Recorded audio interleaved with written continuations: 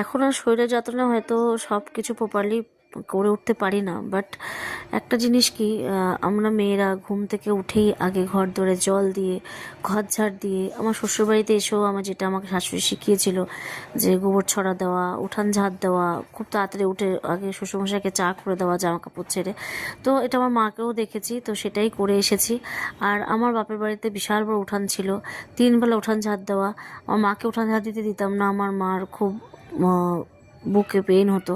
তো মা তো হার্টের পেশেন্ট, তো আমরা ছোটোবেলা থেকেই এগুলো জানি, শিখে এসেছি। বাট এখানে সেটা নেই, শহরে তো জানোই যে উঠান বলে কিছু থাকে না। তবুও আমার পেছনটা উঠান আছে, যেটা এখন আর সত্যি কথা বলতে শরীরের জন্য পেরে উঠি না। তো যাই হোক, এগুলো হচ্ছে নিষ্ঠা, আচার নিষ্ঠা, যে যতটা ভালোভাবে করবে তাদের সংসার ততটা বেশি উন্নতি হবে, এটুকু আমি জানি। তো যাই হোক, চলো এবার অন্য কাজে ফেরা যাক। সো গোপালকে পুজো দিয়ে নিচ্ছি, আর এই সময়টা হচ্ছে খুব শান্তির সময়। আর আমার বাড়িতে তো কেউ নেই, সমস্তটা আমাকেই করতে হয়। আর মেয়ে যদি টিউশন না থাকে বা স্কুল না থাকে তো একটু পুজো আচ্চা দিয়ে দেয়, ওটুকু হেল্প আমার সোনামা করে।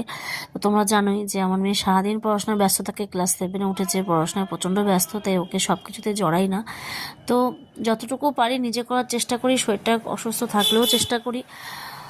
সো কী করা যাবে, সংসারের কাজ একাই করতে হবে, এটা দেখেই মেয়ে শিখবে, মেয়েও একদিন সব কিছু গুছাতে পারবে, শিখবে। তো সবটা দেখেই শিখতে হয়, যে তাই না? তো যাই হোক, আমার হয়ে গেছে পুজো দেওয়া, এবার আমি, মেয়েও চলে আসবে পড়া থেকে, সব কিছু রেডি করতে হবে। তো চলো আজকে কী কী রান্না বান্না করলাম সেটা তোমাদের সঙ্গে শেয়ার করি। আর বাইরের ওয়েদারটা তো ভীষণই সুন্দর, মানে ঠান্ডাটা তেমন একটা নেই, ঠান্ডাটা আস্তে আস্তে কমছে কলকাতায়। তো চলো।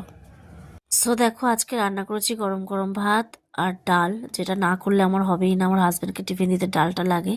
যেটা দিয়ে ডাল করেছি, একটু একটা বেগুন ছিল, ভাজা করেছি, আর ঘরে তেমন বিশেষ কিছু ছিল না, তো তার জন্য আমি আলু দিয়ে আর কড়াইশুঁটি দিয়ে ভাজা করেছি, যেটা আমি চাউমিনের ক্ষেত্রেও মানে আমি সেটা ব্যবহার করব।